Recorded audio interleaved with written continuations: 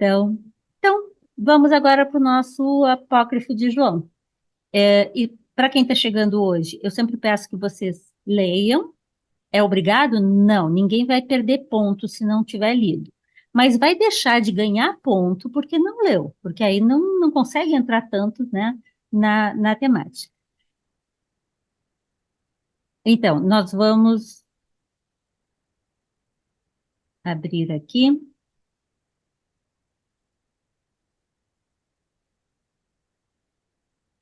Bom, olha só, hoje é nossa 28ª reunião, tá? Ou seja, nós estamos desde final de janeiro estudando o apócrifo, não, estudando a Gnoses de João, e já tínhamos estudado o de Vedanta, né, o Atma Yoga, e o da ética, o mistério da ética. Quando a gente terminar em dezembro o João, nós vamos para o dos rishis, que aliás o Silvano vem citando os rishis, eu também gosto muito dos rishis, acho muito bom aquele livro, né? Então hoje são 19 de setembro, nossa reunião número 28, estamos no Apócrifo de João, olha o nosso quadro. Hoje nós vamos da 199 a 204, e no Apócrifo é a página 162 a 163, né? Esta foi o último slide da última reunião, né? Em que o texto citava o livro de Tomé, né? E as questões vinculadas a essa. A última reunião falou sobre a visão que João tem, né, ao ver Jesus chegando para conversar com ele, porque ele estava muito triste, muito desanimado com a dificuldade do que ele estava acompanhando, do que ele estava vendo. Afinal, assassinaram o mestre, né? Então, esse foi o nosso último slide da reunião passada, e sobraram nas últimas reuniões algumas questões que às vezes eu trago e eu deixei acumular dessa vez exatamente para trazer. Eu achei interessante que alguém no grupo disse que Arimã, porque nós vimos na reunião passada que o Arimânios, é citado um nome de uma pessoa, o Arimânios veio veio incomodar o João, dizer, e cadê o teu mestre, né, nessa hora, né?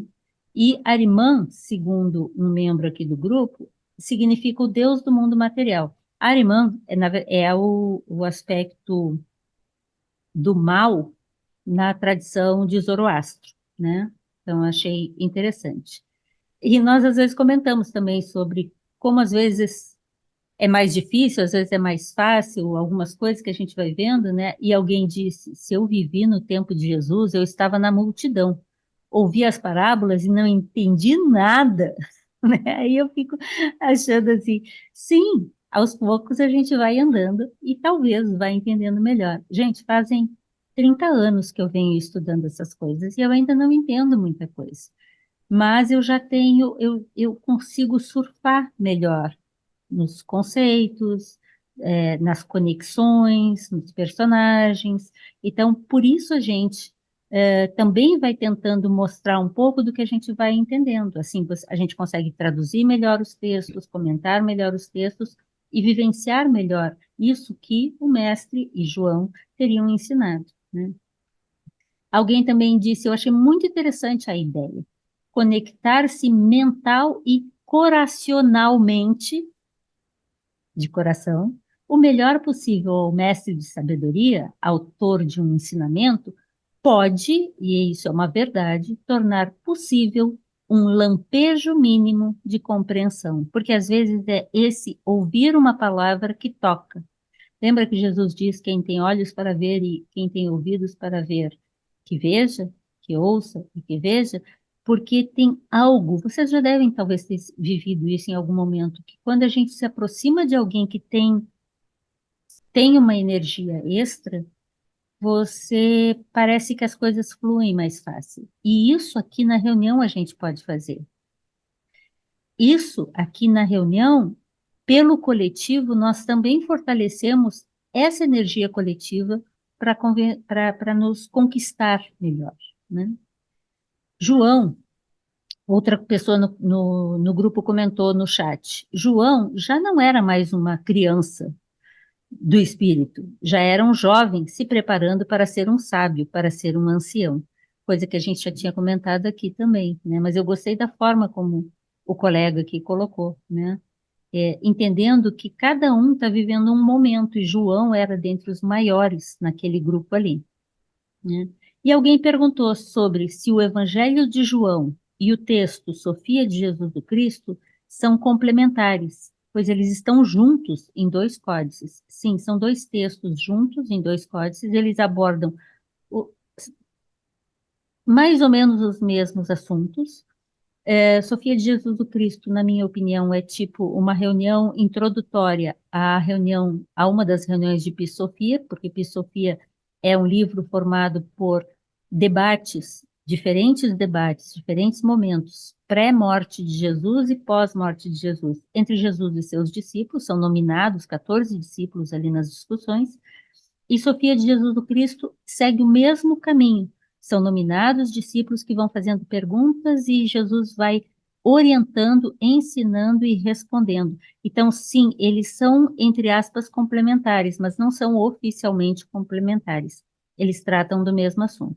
E como lembrança, ainda trouxe aqui o Códice de Bruce, foi encontrado, foi descoberto em 1769, o códice, que é o códice que a gente está traduzindo agora, os livros de Eo e o Apocalipse sem título, que é o que a Alaia está traduzindo. O ASCII Codex, que é Epistos-Sofia, né, é composto pelos livros de Epistos-Sofia. O Códice de Berlim, que é o Códice de Arquemin, é o Códice de Arquemin, que contém o Evangelho de Madalena, o Sofia de Jesus do Cristo, um Atos de Pedro e uma cópia do Apócrifo de João. Nag Hammadi, que foi em 1945, são 53 textos, e os manuscritos do Mar Morto, que são mais de 800 textos, e que começou a descoberta em 1947. Fechando, vamos à nossa parte de hoje. Hoje vai falar sobre o Apócrifo de João, o Espírito Invisível, o 1, e várias outras expressões. E essa semana, tanto no grupo do Dinana, quanto no grupo do Viveca, quanto aqui, eu vi várias conversas de vocês, nós fizemos várias conversas sobre essas questões. E na discussão que a Laia traz sobre o Apócrifo de João, ela traz várias tradições diferentes falando sobre essa mesma temática. Não apenas o neoplatonismo com Plotino falando do mas outras tradições que também abordam esta temática, né? Então, o texto do Apócrifo de João referente a essa parte diz o seguinte, eu vou só ler. Disse Jesus, a mônada. Gente, o texto começa exatamente assim. Disse Jesus, a mônada é uma unidade acima da qual não há nada. É aquela que existe como verdadeiro Deus e Pai do todo. É o Espírito invisível que está acima do todo. É incorruptível, a pura luz que olho algum é capaz de contemplar. É o Espírito invisível, o Não se deve pensar que seja um Deus ou como um Deus, pois é mais que um Deus. É mais do que divino, pois nada existe antes dele e não há nada que o domine. Não é inferior a nada, pois tudo existe nele. Não precisa receber a vida, pois é eterno. Não necessita de nada. É pleno, não possui nenhuma deficiência que possa ser aperfeiçoada. É totalmente perfeito. É absoluta e completa luz. Esses são os primeiros parágrafos do início do ensinamento de Jesus sendo dado a João, quando João pergunta para ele, né? Questiona ele, e aí Jesus começa a ensinar. É ilimitável, já que não há nada anterior a ele para limitá-lo. É insondável, já que não há nada anterior a ele para sondá-lo. É imensurável, pois não há nada anterior a ele para medi-lo. É invisível, pois ninguém nunca o viu. É eterno e existe eternamente. É inefável, já que nada pode compreendê-lo para dizê-lo. É inominável, pois não há nada anterior a ele para dar-lhe um nome. É luz imensurável, pura, sagrada e imaculada. É indescritível, sendo perfeito em sua incorruptibilidade. O Um não é perfeito, abençoado ou divino. É muito superior. É ilimitável. Não é corpóreo nem incorpóreo, nem grande nem pequeno. É impossível dizer qual é a sua medida ou qual é o seu tipo, pois ninguém pode conhecê-lo. Não é uma dentre as muitas coisas que há na existência. É muito superior. Não que seja grandioso. Na verdade, esse espírito, é em si mesmo. Não é uma parte dos eons ou do tempo, pois o que quer que seja parte de um eon foi produzido por algo mais. O tempo não foi designado a ele, pois ele não recebe nada de ninguém. Aquele que existe desde o princípio não necessita de nada daqueles que vieram depois. Em resumo, nada há antes dele. Contempla a si mesmo em sua própria luz perfeita. O Um é majestoso e de uma pureza sem medidas. É o eterno que provê a eternidade. É o Eon que gera um Eon. Luz que confere luz. Vida que dá vida. O abençoado que provê bem-aventurança. É a gnoses doadora de gnoses. O bem que provê bondade.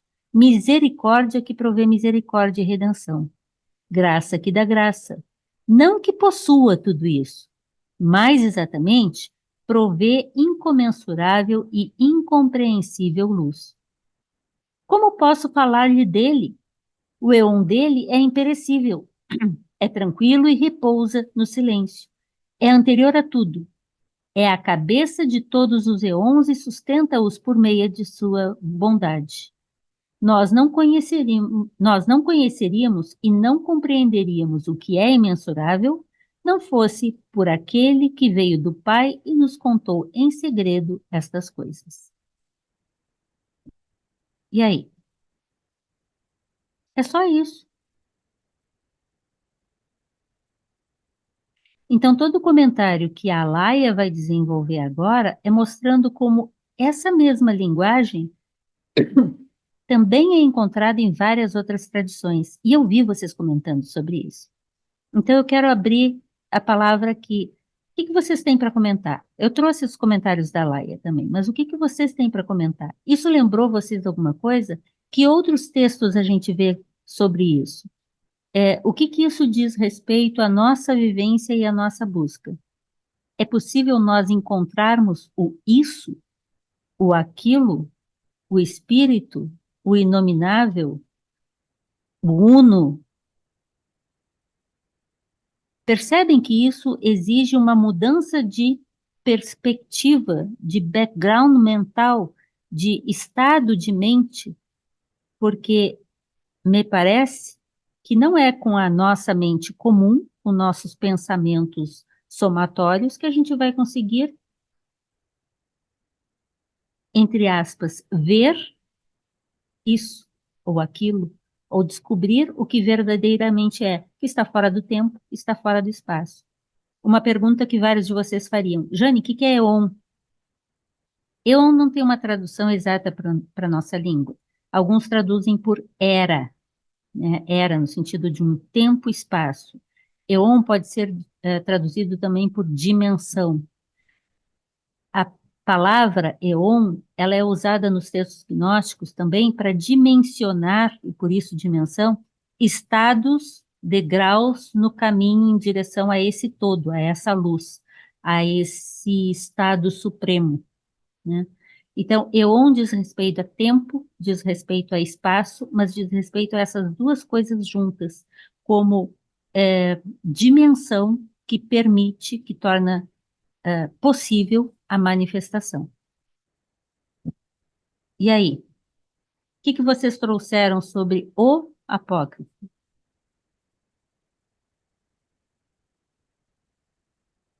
Vocês vão deixar só eu falando sozinha de novo? Tá tão simples. Jesus é tão claro. Mas não faz essa cara para mim. Vocês já viram isso em outras tradições? Quem já estudou doutrina secreta, quem já estudou sufismo, quem já estudou islamismo, quem já estudou Vedanta, quem já estudou Shaivismo, quem já estudou budismo, já viu sobre isso. Percebem que é só dessa vez sendo colocado na boca de Jesus uma fala desse naipe, desse modelo, desse tipo? Que isso é uma abordagem filosófica ao ensinamento?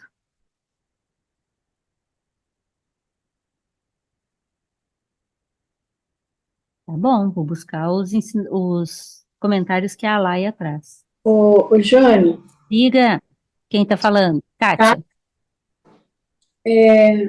A gente é isto, né? em última Nós somos análise, isso, penso que sim. né? Não é algo fora de nós, é dentro. Tu és Eu, aquilo, né? tu és aquilo. Essa é uma frase típica da Vedanta, do Shankara, dos Upanishads. Nós somos idênticos àquilo que é o Brahman, né? Então, Atman e Brahman são a mesma coisa. E quando a gente diz que nós somos idênticos e unos com todos e com tudo, acho que é isso.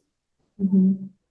E isso, de certa forma, não é dizível, né? Porque não basta dizer, não é porque disse que isso se torna realidade. Hum. Fala, Renan. Oi, Jane, boa noite. Oi, boa noite. É, isso, eu já tinha lido há muitos anos, né, o Apócrifo de João, e essa tua colocação e a leitura de agora, né, ela remete muito àquela citação, aquele trecho da Bíblia em que Paulo, né, o apóstolo, ele fala no Areópago, e ele menciona lá o hino de Zeus, né, dizendo que nele vivemos e nele nos movemos. Aquele Nele trecho, mas eu temos acho... nosso ser. Isso, exatamente. E ele também faz uma referência, né? Ele também diz, eu não lembro se isso está no hino de Zeus ou se é uma referência do próprio apóstolo, né? Mas ele diz que é Deus se permitindo encontrar, né? Meio que como se a gente fosse fazer isso às apalpadelas, né? Tentando encontrar ele às apalpadelas. Basicamente é isso. Eu acho interessante quando você traz isso, e isso se junta com o que Kátia estava comentando, porque eu observo que aparentemente os grandes mestres, eles querem nos indicar os caminhos, mas eles não dão uma cartilha do tipo, faça isso, faça isso, faça isso. Crie-se um espaço, que é mais ou menos o que você está falando, não é as apalpadelas, a gente vai, apalpando, engatinhando, procurando, mas talvez a gente não saiba exatamente o que procura, porque talvez o que se procura não é dizível, não é desenhável, né? Não tem como desenhar o mapa, não tem como dizer depois disso vem aquilo. E toda a nossa formação no mundo, a nossa educação, é muito feita de você faz isso, depois você faz isso e depois faz aquilo. E ao que parece aqui você tira isso, depois sobra o que não sei, né? Eu acho, eu acho que isso é o exercício de a gente ao mesmo tempo que a gente é o nosso próprio centro do caminhar, nós não podemos é, estar apegados a um centro, porque se formos um centro, nós não encontramos o que não tem centro, o que simplesmente é, né? Fala, Lígia, depois o Jovair.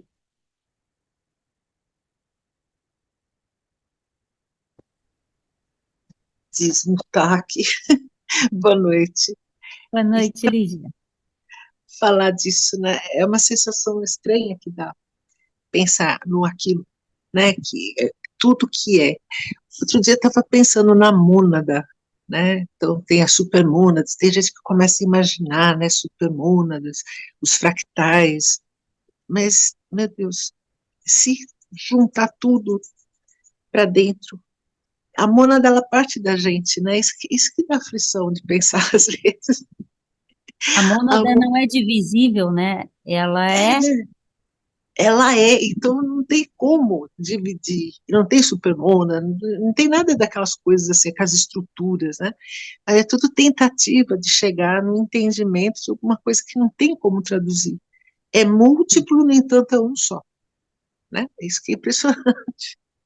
Então, por isso que fica confuso mesmo, né? Na hora de explicar, na hora de entender também fica confuso, é até ir tirando todas aquelas coisas que ficaram assim, né, foram sendo colocadas dentro da gente desde pequenininho, ou então mesmo aprendendo, né, treinando a mente, vai vendo que com o tempo você vai entendendo que se é mônada, é uma coisa só, é um só. E eu faço parte disso e isso faz parte de mim. É mais ou menos essa a situação, né? E quando é ilimitado, não está manifestado, é ilimitado. Manifestou, aí tem a presença. E aí começam as coisas, começa a confusão, né? Porque aí vai querer explicar, mas é a presença no final, né? Que coisa linda que é isso. Eu amo. Você sempre fala disso, da questão da presença, que simplesmente é a presença. Eu gosto disso, porque eu acho que quando você diz fica confuso, a mim me passa a impressão de que não é que fica confuso, é que nós somos a própria confusão e a gente quer Sim, pegar aquilo que não é explicável, não é pegável, né, não é dizível, não é capturável e colocar nas caixinhas de acordo com o gaveteiro que a gente organizou. Não cabe. isso. Não dá, né? Porque é uma coisa só. Então, dá aflição pensar, Dá aflição, é porque, isso que eu ia né? dizer, dá aflição. Dá aflição, mas aí a hora que você sente a coisa, você fala, meu Deus, é isso, é. Ai, que aflição.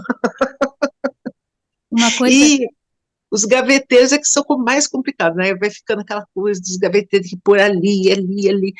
Aí confunde mais, mas se perceber a presença, você fala, meu Deus, sempre foi isso, meu Deus. Ô, Lígia, Oh, é como se a gente, do finito, falar do infinito, né? é, fica confuso por causa disso. Mas é É assim, tentar difícil, colocar o infinito dentro do finito. sim, é complicado, não dá, né?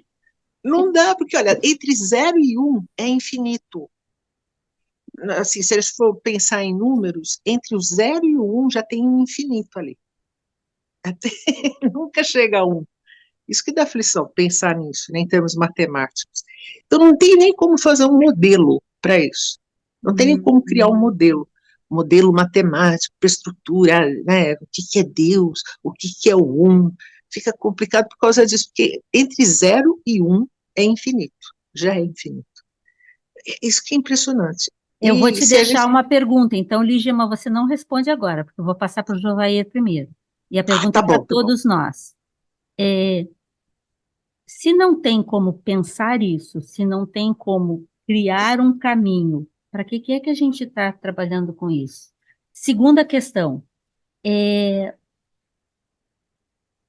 por que a gente faz isso? Eu só posso falar por mim. Eu não sei traduzir para vocês exatamente, é uma sensação, um sentimento meu, tá? Mas é como se para mim não fizesse sentido qualquer outra coisa. E eu, em parte, eu acho que isso, em parte, é o que você chama de presença. Aham. É um estado de uau! Uau, uau, isso É, mesmo. e não E é dá uma porque é uma alegria. coisa difícil, é simplesmente porque é uma sensação de veracidade, de certeza, Sim, de tá não partindo explicável, daqui, mas tá partindo daqui, mas como? Então, a hora que vai tentar explicação, aí fica confuso. Então não precisa explicação, é só se sentir bem e pronto. Acho que é isso. Um beijo, e por querida. isso a questão da meditação, né? E por É, isso a questão da meditação, né? justamente. Um beijo. Deixa eu passar para o Jovair.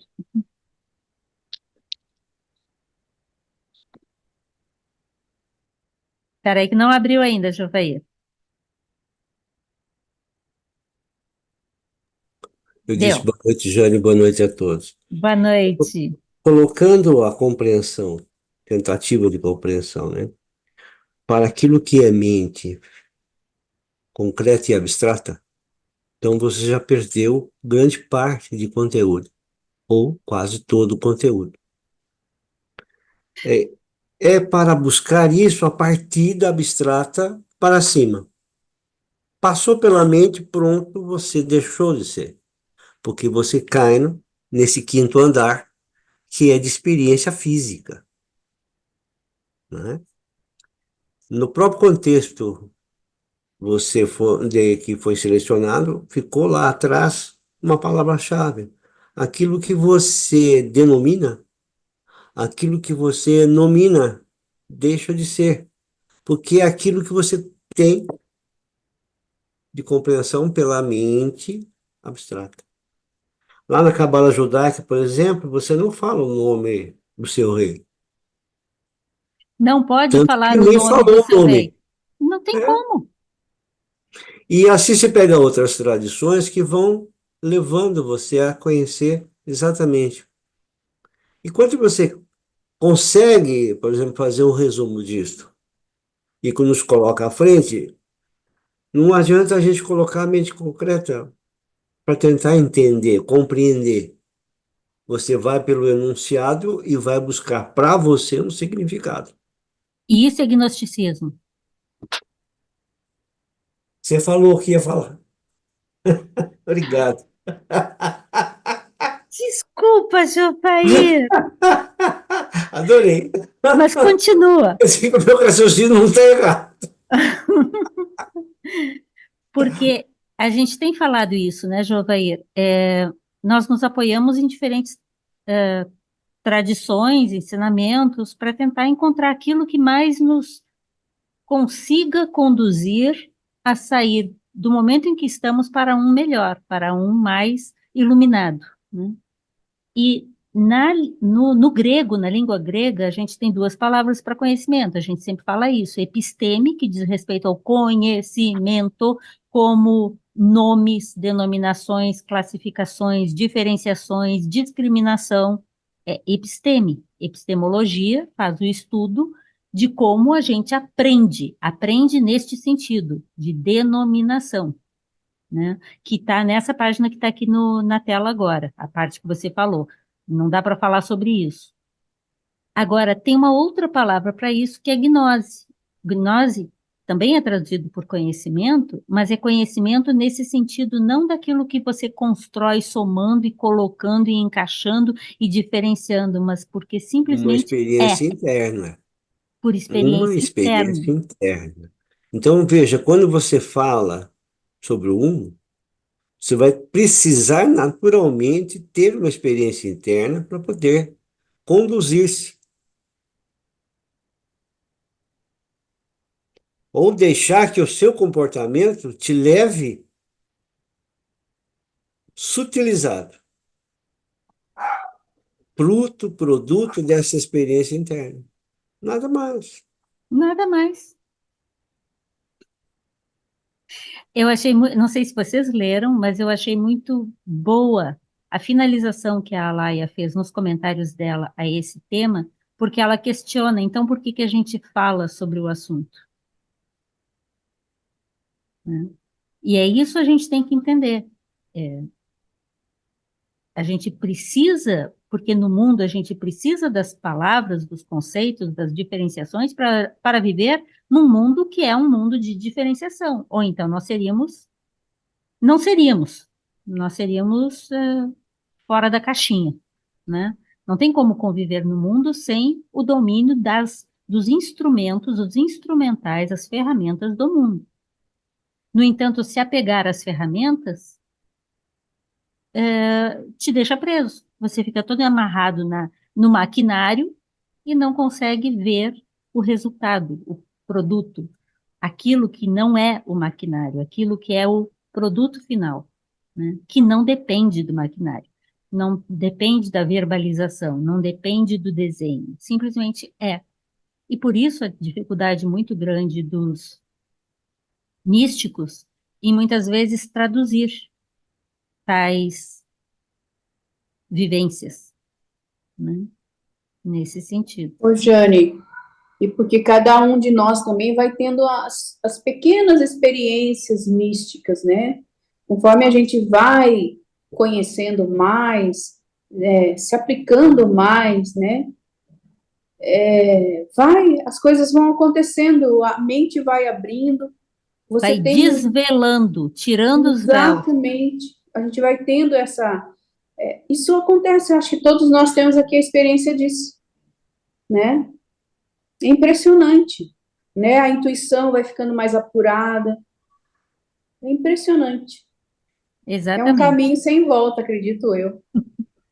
Eu estava refletindo outro dia sobre, assim, numa conversa de consultório, surgiu o assunto de acreditar ou não acreditar em Deus, né? Então, eu citei Jung na ocasião, Sim. porque Jung disse, eu não acredito, eu sei, Aham. né? Porque quem acredita, ora não acredita, desacredita daquilo, duvida, né? Então, ele diz, eu sei, porque ele viveu esse processo dentro da gnose dele, Uhum. né? Essa elevação. Então, assim, eu fiquei refletindo naquilo depois, e assim, é tão simples você dizer, eu não acredito em nada, porque você joga fora tudo, você não tem que ir lá pesquisar nada, você não tem que estudar nada, você não tem que se dedicar, buscar anos a fio, a vida toda, né, por uma abertura de consciência, por uma abertura de mente que seja, né? Simplesmente você joga fora e diz, bom, nada disso existe. É tão fácil fazer isso. Aquela Difícil. diferença gritante entre o niilismo e o positivismo, né? Assim, aquela coisa. Isso é madhyamika. Isso é madhyamika. Sim, A confusão que fazem com o termo budista madhyamika, madhyamika não é um pouquinho para cá, um pouquinho para lá e no meio do caminho. Não, madhyamika é o que sai desses dois pontos e se encontra aqui, onde não existe a polaridade. E isso é o aquilo, é o dharmata, isso é o que é. agora, o que eu não sei dizer é se as pessoas que são céticas mesmo, né, que pena, mas se elas estudando ou buscando alguma resposta, né, porque é tipo Santo Agostinho, né, tudo bem você falar que Deus não existe, mas você consegue provar que ele existe, ou vice-versa, né? Então, a Onde gente entra fica esse assim, tipo de prova, a gente voltou à questão da materialidade da coisa, né? exatamente. Então, é uma experiência individual, a princípio, né? Você vai individualmente abrindo uma frestinha de luz ali, e aí você começa a ter respostas, as respostas começam a chegar, a caixinha de correio vai receber. É E você vai muito, se muito tornando mais bom, coletivo. mais coletivo. Você começa, né, individual, vai para o Uhum. coletivo e se individua, né? Individua, não se individualiza. Isso, individua, que é individuação, né? Você fez uma ação, você trabalhou em cima daquilo para chegar em algum lugar que seja, mas um lugar comprovadamente bom, Só você pode dizer, né? só a gente pode dizer, né? Lígia,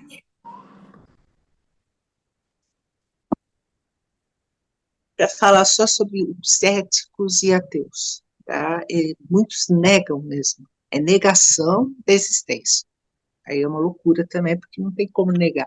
E, quer dizer, não tem ônus de prova nenhum, né? Se você simplesmente acredita que não existe, acabou. Não tem ônus de prova. Mas a questão aí é também a gente pensar naquela pessoa que fala, foi tudo Deus que fez, para essa pessoa também não tem muita busca, já está tudo resolvido. Então, a gente que busca, está buscando uma forma de explicar aquilo que não tem explicação, E nessa busca a gente vai se aprimorando como ser humano. Esse que acaba sendo o pulo do gato. Na busca a gente se aprimora como ser humano. É para chegar no estado mesmo de ser humano, que é o estado do filho da humanidade, o filho do homem, né?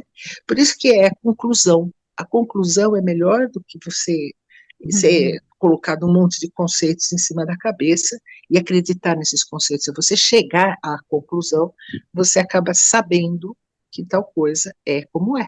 É bonito isso. Então, é esse o processo. Porque para aquele que acredita num Deus, o conceito Deus, tudo foi Deus que fez. Está tudo resolvido, não tem busca. E ele Para me aquele que basta. não acredita, para aquele que não acredita, a mesma coisa. Também não tem busca. Agora, o buscador, ele tem que fazer um trabalho de autoaprimoramento constante para conseguir enxergar de outros pontos de vista, de outros ângulos, e nesse aprimoramento vai alcançando o estado que é esperado, que é o estado de filho do homem, é o E filho da humanidade. esse se torna o que Kátia falava, esse se torna coletivo, porque ele não passa a ser Sim, só uma mente individual, ele é sim, um percebedor de todos os outros. sim, porque vai englobar tudo, né? A hora que entende o que é a mônada, meu Deus, dá uma confusão na cabeça, tentar juntar todas as partes em uma só. Mas se partir do centro aqui e perceber que isso é uma presença, é a presença de tudo, que está em tudo, é tudo. Nossa, aí já começa a fazer um outro avanço, e é assim que a gente vai construindo e vai se sentindo melhor em relação ao dia anterior e outro dia, vai trabalhando consigo mesmo nesse sentido de se sentir cada vez melhor. Isso que eu acho lindo na sabedoria de todos os tempos. Não é chegar com a verdade, assim, olha, engole isso daqui que é uma verdade, você vai engolir. Não, é preparar a pessoa para ela caminhar. Ela vai buscar. E nisso ela vai se aprimorando e vai tendo prazer, a gratificação diária, de todo dia se pôr à prova e ver, nossa, eu consegui entender tal coisa fazendo isso, olha, aconteceu aquilo, outro. E vai se sentindo bem na vida, durante a existência, porque é difícil, né? A gente tem a parte animal da gente, que é um terror, e tem essa parte angelical, que quer o sabor, que se sente bem preso. Se aprender a trabalhar com essas duas coisas para caminhar, é maravilhoso. Você já Aí está dá, aí dá, andando. tá andando, dá um sentido para a coisa. Porque senão, que graça que tem? A gente nasce e morre, para quê? Aprendendo alguma coisa, você está usando toda aquela coisa que é o Que ser Deus te humano. deu. É, E é o a ser gente humano. vai também, aos poucos, desconstruindo a ideia de separatividade, né? Sim, Exatamente. vai desconstruindo, porque é uma coisa só, você vai percebendo que tudo tem essa presença. Tudo tem. Sim. Então, como que funciona isso? Aí você começa a querer se desdobrar mesmo, você vai se tirando da posição eulígia para ser eu coletivo, eu tudo que tem em volta. Depois é eu o planeta. Vai sendo um negócio assim. É isso que é impressionante. É lindo, né? Se a gente tivesse essa consciência de planeta, não tava essa porcaria que está agora, né? Precisaria ter que ajudar todo mundo, mais gente, a ter essa consciência de planeta. Sim, essa Porque consciência de humanidade, né? de humanidade, sim, de Então, humanidade, porque é um organismo é um trabalhando em conjunto, organismo. Uhum. trabalhando em conjunto, né? Aí eu vou parar de falar, senão eu não paro. Um beijo. Quem vai falar agora é a Laia. Eu vou ler as coisas que ela colocou. Eu cortei um pouquinho, né? Fiz alguns recortes e são poucos slides. E aí a gente volta para a conversa. E aí vocês vão me interrompendo também o que é que vocês leram, pensaram ou trazem de elementos a mais, né? Diz a Laia nessa parte. Segundo o ensinamento pitagórico, que é um dos ramos das escolas de mistério da antiguidade, a escola pitagórica era realmente uma escola de filosofia, né? É atribuído a Pitágoras a criação da palavra filosofia, né? Que significa o amigo, o amante da sabedoria. A mônada é o princípio de todas as coisas. A ele é atribuído ter gerado essa ideia. Não podemos garantir que foi, mas é atribuída essa ideia, né? Da mônada procede a díada. E aí tem toda a escala, né, pitagórica, do 1 parte o 2 leva ao 3, o 3 é a primeira figura concreta, né, então vem a estabilidade, aquela coisa toda, que nós não vamos entrar nessa parte matemática, até porque eu não sou assim tão experiente. Da mônada procede a díade, indeterminada, e isso é interessante, porque a díada, ela não tem direção. A díada, ser 2 no vazio, gente, como assim ser 2 no vazio? É bem complexo entender isso. Pode ser 2 um dentro do outro, pode ser 2 um ao lado do outro, pode ser 2 um assim. É simplesmente uma ideia abstrata. E então, a partir disso, nascem os números. Da unidade, do 1, nasce a dualidade. E, a partir daí, a multiplicidade. E tudo que existe, existe a partir da mônada. Ponto. A gente não precisa seguir mais adiante. Só isso aqui dá 1 hora de reflexões. Mas a Laia começou com isso. O termo que dá início à revelação de Jesus no apócrifo de João é mônada. E é interessante que o texto preservou o termo grego. O texto foi encontrado em copta, mas ele originalmente, antes do copta, ele veio do grego, e possivelmente antes do grego, a gente já comentou isso, ele pode ter vindo do aramaico, porque era a língua mãe de João e de Jesus, né? A mônada, que é uma unidade sobre a qual nada rege, que é uma frase sintética para aquilo tudo que foi dito anteriormente. Blavatsky comenta na Doutrina Secreta, volume 1, página 355, na versão em português, que a mônada espiritual é una, universal, ilimitada e indivisível. Então, ela é isso. Podemos pensar que a base dessa revelação no apócrifo de João é a existência de um princípio fundamental eterno e imutável, sobre o qual toda especulação é impossível, porque ele, esse princípio, esse algo, isso, transcende o poder da concepção humana.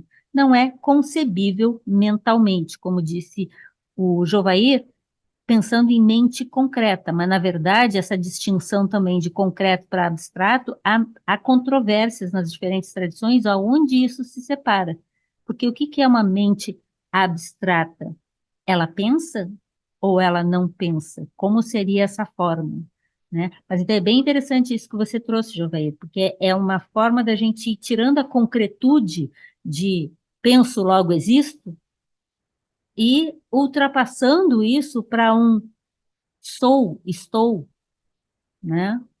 E o existir depende da materialidade, né? É sobre esse princípio que diversas escolas de mistério e filosofia da antiguidade se debruçaram, buscando compreender e contemplar. As práticas de yoga aqui entram muito fortemente, porque elas ajudam, e por isso que é interessante a gente estudar tradições simultaneamente, as práticas de yoga te ajudam a sair um pouco dessa necessidade de dizer, não, para aí, mas é ou não é? É em cima ou é embaixo, né? Dessa concretude. É, esse princípio, a raiz de toda a existência. E encontramos sua expressão em grandes tradições espirituais. Aí ela vai dar alguns exemplos. Lembrem que aqui no cantinho, na direita, aqui no cantinho, tem as páginas que a gente está usando, tá? Podemos falar do não ser de Parmênides. Parmênides, o pré-socrático, né? Que vai falar do não ser e dessa separação, né? Dessa conceituação de diferenciação. Ou podemos falar do Parabrahman, na Vedanta de Shankara, e nos Upanishads, e nas tradições indianas de uma forma geral. O incognoscível, como o uno plotiniano, o uno em Plotino, também é essa mesma ideia. O solitário que só pode ser contemplado no absoluto silêncio, quando cessam todos os movimentos da mente, e um estado hiper noético se estabelece. Sim, isso mesmo, Juveira. Quando cessam todos os movimentos da mente, isso é um estado de yoga. Yogas Chitta Vritti Nirodha. O estado pleno de yoga, de plena união, de pleno despertar, é a cessação de todos os movimentos de Chitta, da mente. E isso leva a esse estado hipernoético, que é que só existe o nous. Não tem o fenômeno, só tem o nômeno, é só o nous que se estabelece. Mas isso não é explicável, isso é vivenciável. Na tradição islâmica, perguntam ao convertido, àquele que está aceitando adentrar a essa tradição. Eu já passei por isso. Se aceita não haver nenhum outro Deus além de Alá, que é inerentemente uno e que nunca poderá ser representado por nenhuma forma. Na verdade, na tradição islâmica, eles dizem acho que são 98 nomes de Alá, porque nenhum deles é suficiente para dizer o que exatamente Alá é. Mas Alá não pode ser representado, porque isso seria uma limitação. E aí a Alaia pergunta, mas que problema haveria para um verdadeiro filósofo, no sentido pitagórico, um buscador, amante da sabedoria, aceitar isso, que não há nenhum outro Deus além de este nome, Alá. Você pode dar o nome de Parabrahman, você pode dar o nome de Dharmata, você pode dar o nome de tantos nomes aí que podem ser dados. O nome não é. O nome apenas indica uma aproximação. Não é de se admirar, pois, ao lermos o Tratado da Unidade, que é esse pequeno livrinho, eu botei a capa aqui, né? Atribuído ao Bayani, que é um discípulo, um continuador da escola de Ibn Arabi, então pode ser do Ibn Arabi. Vemos que, diz, né, a citação, perante tal unidade, nada há anterior senão ele próprio. Vocês conhecem aquele mantra da tradição islâmica que diz La ilaha illa Allah. La ilaha illa Allah significa nada há além de Allah. Nada existe, não há nada mais salvo Allah. Porque só Allah existe. Então ele está dizendo isso. Nada há anterior ou antes ou que exista senão ele próprio, que é o primeiro. Ante sua singularidade, não há um depois. Com relação a ele, não há antes e nem depois, nem alto, nem baixo, e assim segue o texto. Ele é tal como é singular, sem necessidade de singularidade.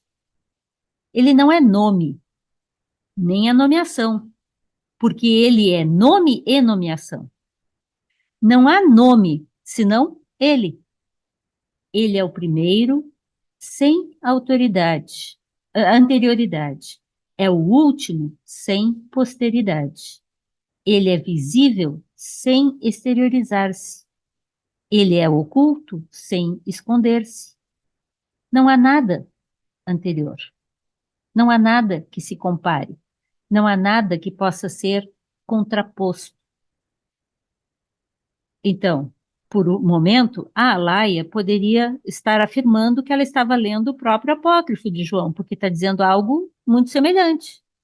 Mas o autor é o Baliani, que era da tradição sufi do Ibn Arabi e que escreveu no final do século XIII. Ibn Arabi é do século XII, né? Então, há um grande esforço no apócrifo de João, diz a Alaia, a autora, em declarar ser impossível conceber, pensar ou descrever o uno. No neoplatonismo, encontramos a mesma ênfase. Plotino é bastante claro ao afirmar que o um é incognoscível e inefável. no sentido de que não pode funcionar como um objeto de conhecimento, de discurso, de comparação, de qualificação. Não é diferente também do primeiro provérbio do Tao Te Ching. Então, agora ela está falando da tradição do taoísmo, né, chinesa. O Tao que pode ser dito não é o verdadeiro Tao, porque o Tao não pode ser dito.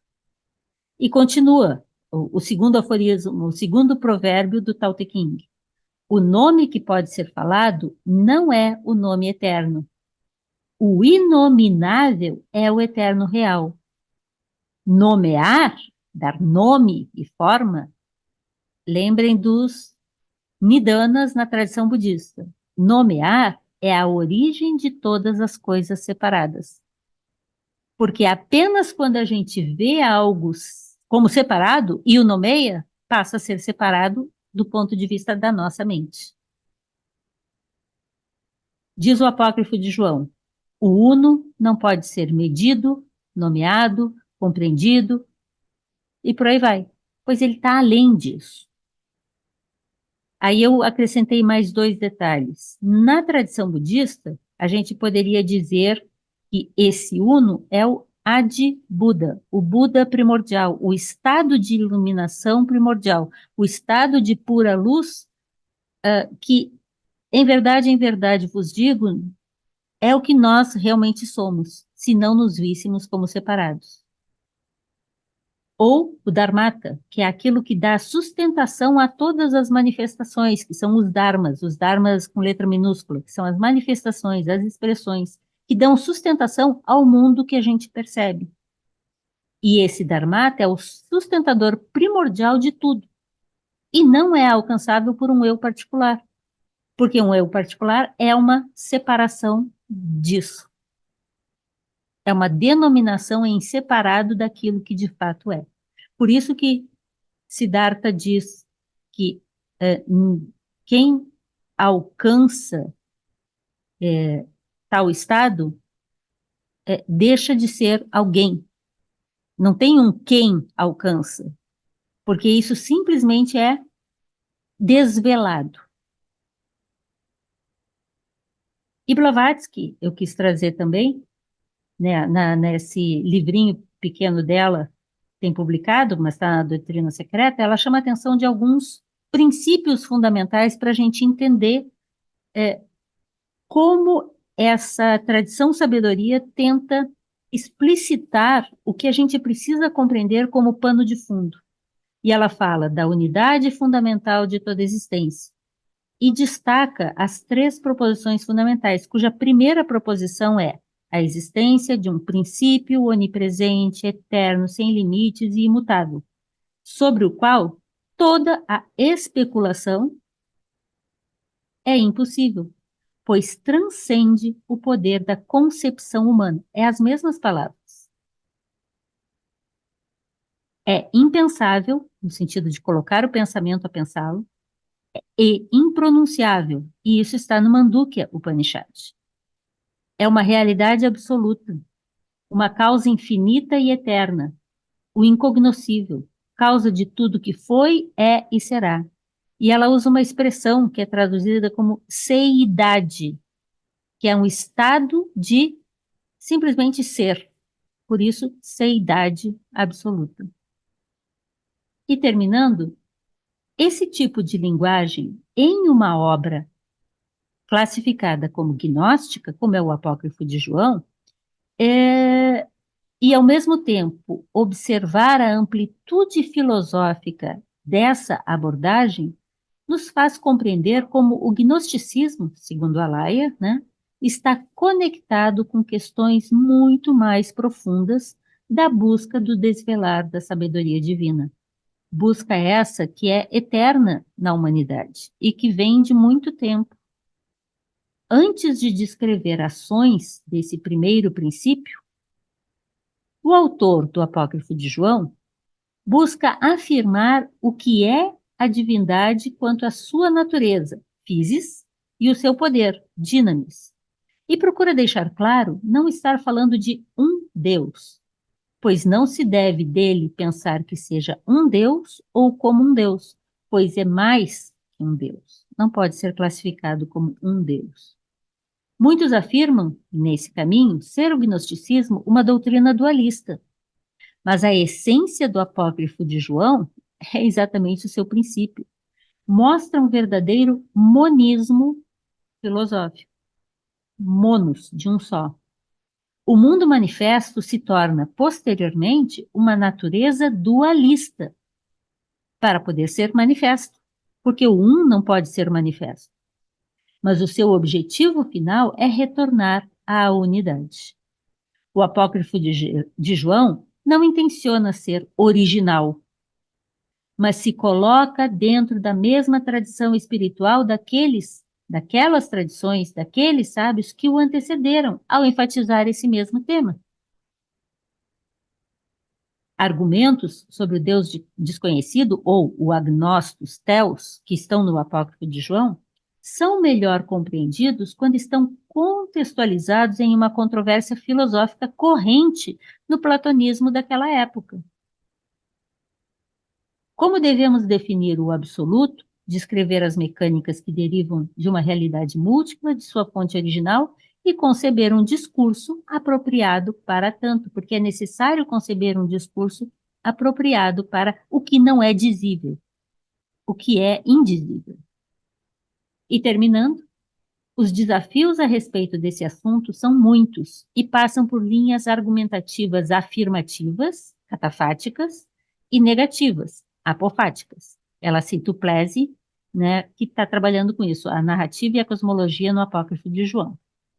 O apócrifo de João se posiciona contra a linguagem catafática, que é a linguagem afirmativa, e diz: o um não é perfeito, abençoado ou divino, ou seja, não dá para afirmar nada sobre o um, porque não é possível fazer uma afirmação sobre aquilo que não é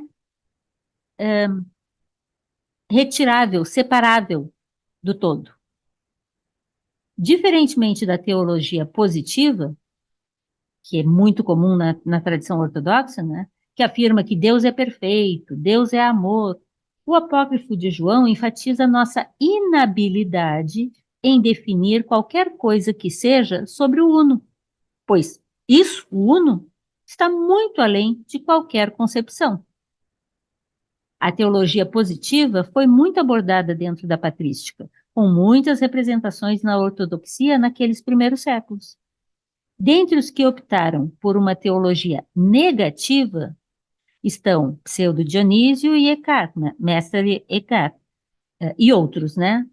Assim, também, agora, ao penetrarmos na treva que está acima do inteligível, não é a escassez de palavras que encontramos, mas uma completa privação delas, bem como do entendimento. Então, quando a gente ultrapassa o nível do inteligível, tem a ver com o que você falava, Jovair, do pensamento abstrato, quando a gente ultrapassa esse nível, não é por escassez de palavras que a gente não sabe, é porque não existe palavra, porque não existe desenho, porque não existe marcação, né? Vou para o último e passo para você, Liliandro. A razão discursiva é inadequada para designar o princípio transcendente, que rejeita todos os predicados. O princípio transcendente rejeita todos os predicados, sejam eles positivos ou negativos. Eis a necessidade da teologia negativa, porque dá para dizer o que não é, não dá para dizer o que é. A noesis, que é a compreensão imediata do inteligível, né, que é alcançar o estado do nous, também é incapaz de atingir o princípio, que é superior ao intelecto. Fala, Liliandro. Oi, boa noite, Jane. Tá me ouvindo? Boa noite. Então Sim? tá. Eu vou te pedir para fazer um favor de voltar uns slides ali, que eu tô fora de casa, hoje tô sem o meu livro aqui. Mas para mim tem uma frase aí, eu acho que, acho que é esse aí. Deixa eu só tentar ler aqui. Não, é um antes ainda. Ele começa falando do apócrifo de João.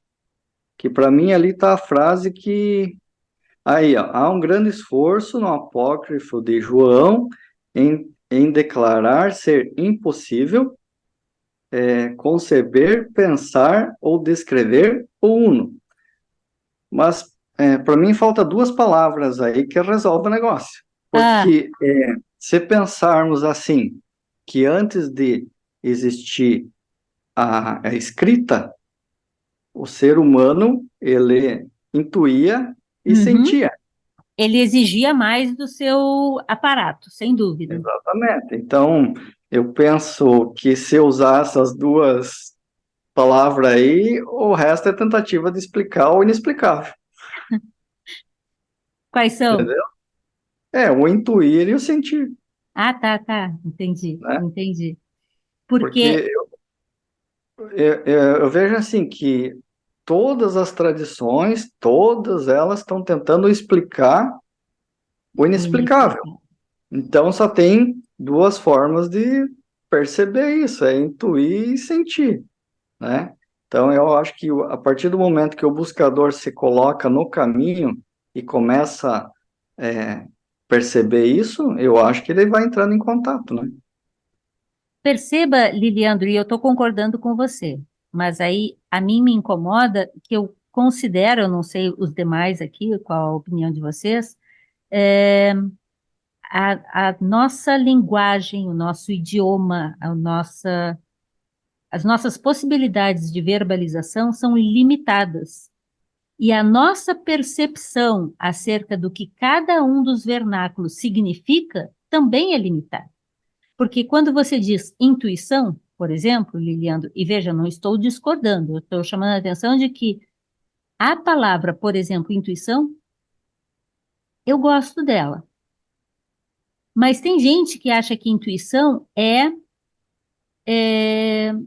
simplesmente ter uma sacada. Tem gente que acha que intuição é premonição. Tem gente que acha que intuição, as palavras elas não têm significado seguro. As palavras são uma construção social que depende da relação entre o meu construto mental e as vivências que eu tenho com aquela terminologia. Então, sim, o que você está dizendo eu concordo, porque o sentir e o intuir, eles parecem ser mais sutis um pouco do que o pensar, o descrever e o nomear, concordo. Mesmo assim, eu acho que isso está no nível do, que a gente citou agora, do limite do inteligível, da mente mais abstrata. Mas o que Plotino, Blavatsky, o Tao, o Lao Tse, no caso aqui, o Buda, estão querendo dizer é que a sua mente tem que ser a melhor possível, mas não vai ser ela que vai definir. Porque quando tem uma mente pensando, tem uma existência. E uma existência é uma separação em relação ao todo. Eu estou falando por teoria, porque eu não tenho essa vivência. Mas para mim faz sentido pensar isso. É, como é que a gente sabe que a gente está vivo? Você tem uma sensação de que você está vivo, mas o que que é esse vivo? Tem gente que não se mexe, não tá em coma, a gente não sabe nem como é que tá, mas ele está vivo ou não está vivo? O que que é estar vivo? Entendeu? Então, assim, essa. Como é difícil, né, Liliandro, achar a forma de tentar encontrar isso. Mas eu gostei muito de uma coisa que você disse. Talvez quando a gente não se apegava tanto à palavra escrita, a ter que redigir e registrar, talvez a gente intuísse e sentisse melhor.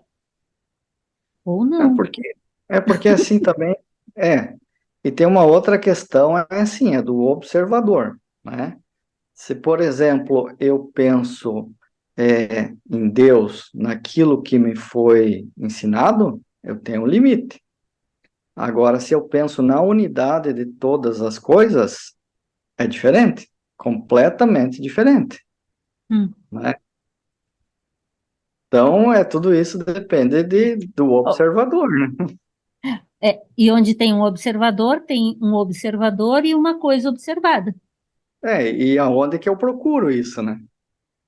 Então, essa dualidade é necessária para a gente fazer uma construção de algo que vai ser esse elo de ligação, que, na verdade, talvez seja a expressão maior deste um, porque não é nem o observador e nem o observado, mas aquilo que é gerado por essa interação.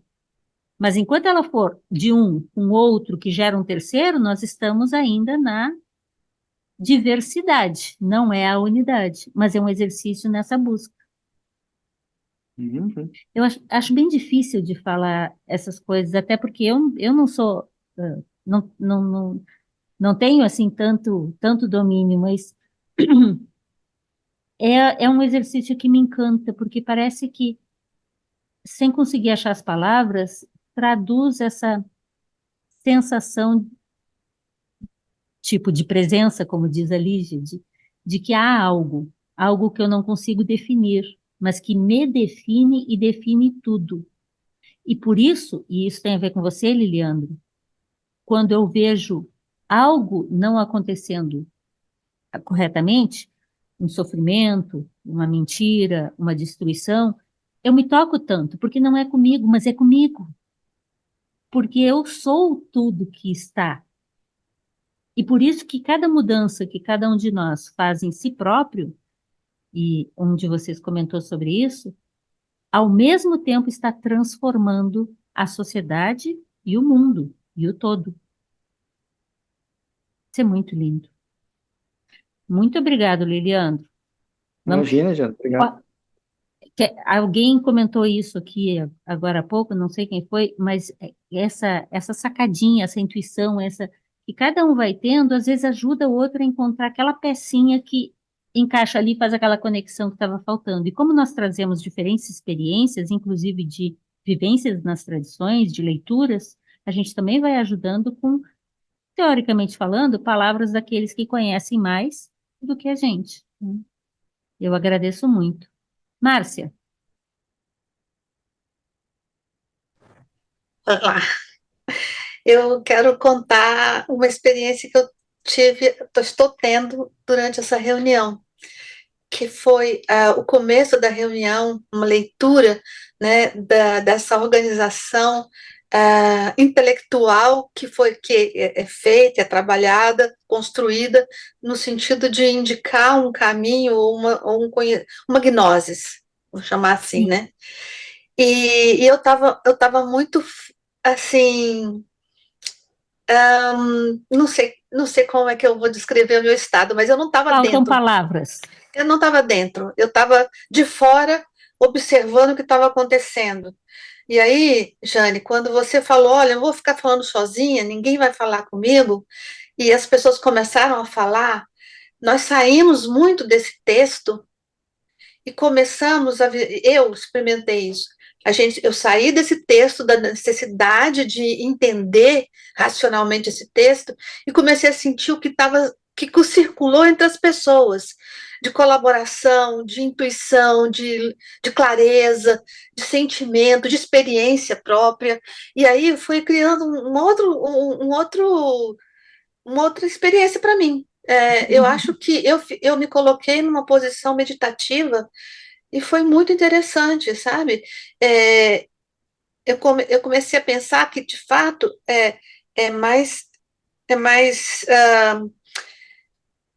funciona melhor se a gente pensar no que não é, no negativo da coisa, no negativo dessa ideia do todo, do uno. Ele não é. Então, o que não é somos nós, né? Também. sem essa liga, né? Sem essa coisa que junta tudo, né? Então, eu quero te agradecer a todos vocês, porque eu achei que hoje eu não esperava ter uma experiência tão interessante. Foi muito bom para mim. Acho interessante o que você diz, Márcia, porque assim, eu sempre aprendi, eu concordo com isso, de que a gente não deve, nas meditações, nas reuniões, buscar experiência. Porque buscar experiência, muitas vezes, é apenas um sentimentalismo, uma necessidade de viver algo. Mas isso que você está relatando, eu sempre comentei também em muitas de reuniões de diferentes tipos, que eu tive a oportunidade de viver nesses últimos 40 anos e que às vezes eu dizia para o Alberto,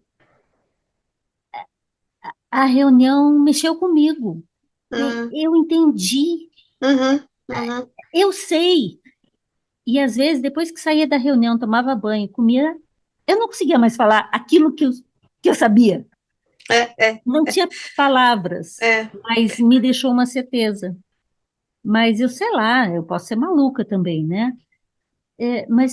Você falando me lembra muito isso, que eu sempre sentia, não sempre, né? Mas com alguma frequência, principalmente quando tinha um tema mais desse tipo, ou uma interação maior entre as pessoas, Eu acho que né? foi isso que me tocou. Eu acho que foi isso que me tocou, porque à medida que cada um foi trazendo um olhar pessoal, né, foi se construindo meio que uma rede, assim, uma trama, né, um tecido, alguma coisa que começa a fazer um. De certa forma, tomar forma. Exato, é isso que eu queria dizer, mas não queria dizer forma, mas assim, começa a formar um entendimento, uma vivência, né? Ou talvez poderíamos dizer uma convicção muito sutil que não tá na razão, não está na, na, enfim, no fazer epistemológico e muito erudito da Não coisa, está no discurso. que também está aí, não está no discurso.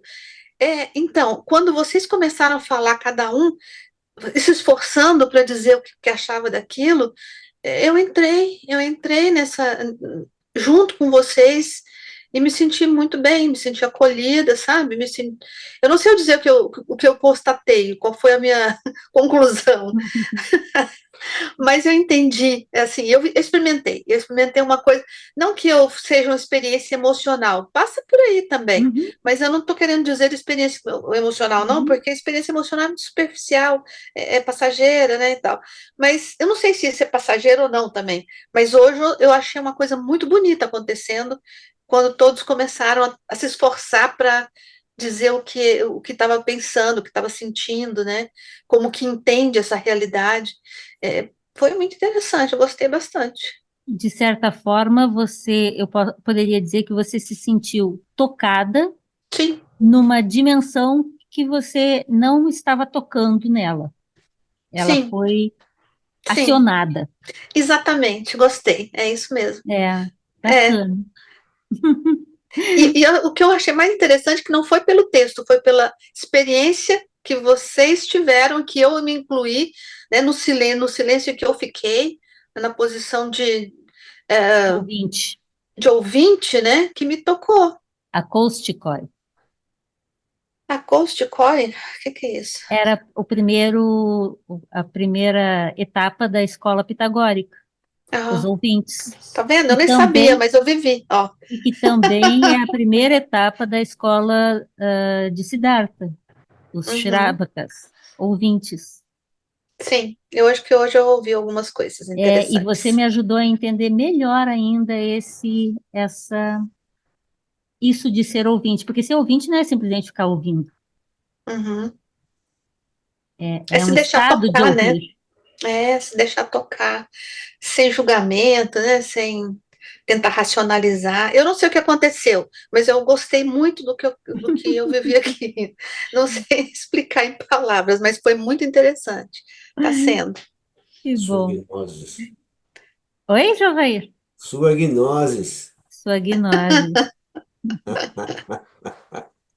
É, Não foi uma experiência epistemológica, foi não, não talvez foi, uma não. experiência mais noética mesmo. Não foi epistemológica, não. Foi Aprovei- alguma. Diga. Aproveitando a fala da Márcia, faltou esse slide, e ele começa falando exatamente onde é que entra a linguagem, então, nisso, né? E aí eu vou fechar ele, e aí a gente só conversa mais alguma coisa. Mas muito interessante, Márcia, muito interessante. Ó, esse é o Eu também acho que. finalzinho do capítulo, né? É claro, diz a Laia, que há um ponto de flexão no apócrifo de João, onde a linguagem apofática, que é a positiva, a que é falada, Uhum, faz uma transição para a catafática, que é o negativo, né? O falar negativo, o negar. Olha Né? que interessante. À medida que aspas, sai do seu silêncio eterno, pensa a si mesmo e manifesta-se a partir de uma cadência de reflexos nas águas da vida. Ai, bota em movimento Muito algo lindo. que não é palpável, né? Que lindo. A natureza divina não é uma simples negação, mas a potencialidade de toda a vida. Ó, Márcia, isso é para você. A necessidade de revelar um ensinamento torna fundamental o uso da linguagem.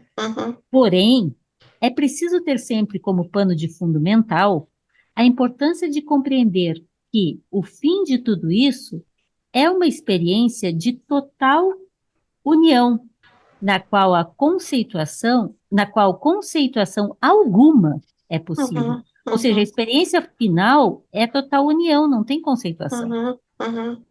À medida que vamos compreendendo essa, entre aspas, linguagem, que é gnóstica, né, Jovaí? Temos o cuidado de, por exemplo, não achar que, ao dizer que o um não é perfeito, estejamos dizendo que ele é imperfeito. É vital compreender o sentido de estar além da adequação ou inadequação de qualquer conceito. Em uma carta escrita no século XIX para o inglês Apessinit, que era um que trabalhava com a Blavatsky no tempo do início da Sociedade Teosófica, um Mahatma, profundamente conhecedor da tradição do budismo, um dos budistas, entre os grandes mestres, tenta explicar a sua visão sobre o conceito que ocidentais chamam de Deus. É interessante, diz Alaya, como ele diz que o termo que mais se aproxima do que ele, né, adota em seus ensinamentos é vida una. Mas, mesmo ao usar esse termo, diz ele, estaríamos cometendo um equívoco de denominação. Ai, tinha mais. É o último, agora sim. Se as pessoas estiverem dispostas a aceitar, isso é o que ele está dizendo, o Mahatma. Se as pessoas estiverem dispostas a aceitar como Deus nossa vida una, uma tentativa de expressar um nome para isso, imutável e inconsciente em sua eternidade, poderão fazê-lo, e assim manter mais um gigantesco equívoco de denominação, porque esquecem o que aquela denominação representa e se apegam ao nome. Quando nós falamos da nossa vida una, também dizemos que ela não só penetra, mas é a essência de cada átomo da matéria, a vida presente em tudo. E que, portanto, ela não apenas tem correspondência com a matéria, mas possui também todas as suas propriedades. Consequentemente, também é material, e a própria matéria, e a essência da matéria, e também é imaterial. A vida una se derrama à medida que vai continuando um processo de manifestação. Como no Apócrifo de João, ela ia falando. A vida una, ao final, penetra toda a matéria em todos os seus níveis para resgatar a alma. O uno preenche tudo quanto existe. Dele tudo procede e a ele tudo retorna. Essa vida una, que é imutável e eterna, não só permeia tudo, como também é a essência de tudo quanto vive e é indivisível. Este é o átomo de Demócrito, o pré-socrático, o princípio vital indivisível. Assim como o Atman, na Vedanta Advaita, procede de Brahman, é idêntico a Brahman, o absoluto indiferenciado, o um sem segundo, a causa sem causa. Assim, da mesma forma, as mônadas procedem da mônada, metafísica e ontológica, que em nada se abala ou diminui. E assim terminamos o nosso capítulo. Próximo capítulo, o Pai da Totalidade.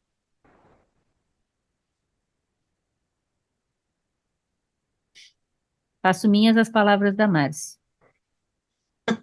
Vocês me dão mais energia.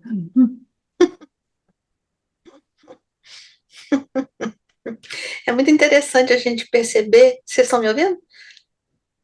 É porque eu não estou me vendo aqui. Sim. É muito interessante a gente perceber que quando a coisa acontece no momento presente, né? Na hora mesmo que nós estamos aqui reunidos num esforço para compreender, para alcançar alguma coisa, né? E aí me volta as palavras de Jesus, que ele diz que onde dois ou mais estiverem reunidos em meu nome, eu estarei aí. E eu acho que isso faz sentido em algum momento, né? E é uma coisa que a gente não ensaia, nem pretende também, sabe? Eu entrei nessa reunião hoje muito despretensiosamente, muito. E foi muito legal. Não para todos. E nem a gente deve esperar isso, né? Mas tem dia E que nem tem, né? É todo dia também, né? Tem momentos. Eu fiquei tocada com a movimentação de vocês, sabe? A união, né? A, a, a, a, a reunião para tentar chegar a algum lugar, né? Interessante demais, muito legal. há um exemplo que é frequentemente utilizado e que a mim me ajuda muito. É como música por uma orquestra. Individualmente, cada um diz uma coisa, mas quando Uhum, eles tocam em uníssono, harmonicamente, no mesmo uhum. ritmo, a mesma música, com o mesmo objetivo, aquilo Se torna algo, né? Ou melhor, e outra coisa que eu achei, uma palavra que eu achei que também vale a pena ser incluído nisso, é o sentido de pertencimento, né? Eu acho que quando acho que foi o Jovair que falou do bem-estar, né, que isso traz.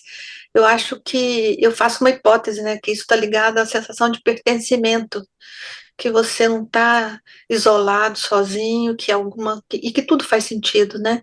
pertencimento a esse todo, a essa vida É, una, a isso. é, isso, é.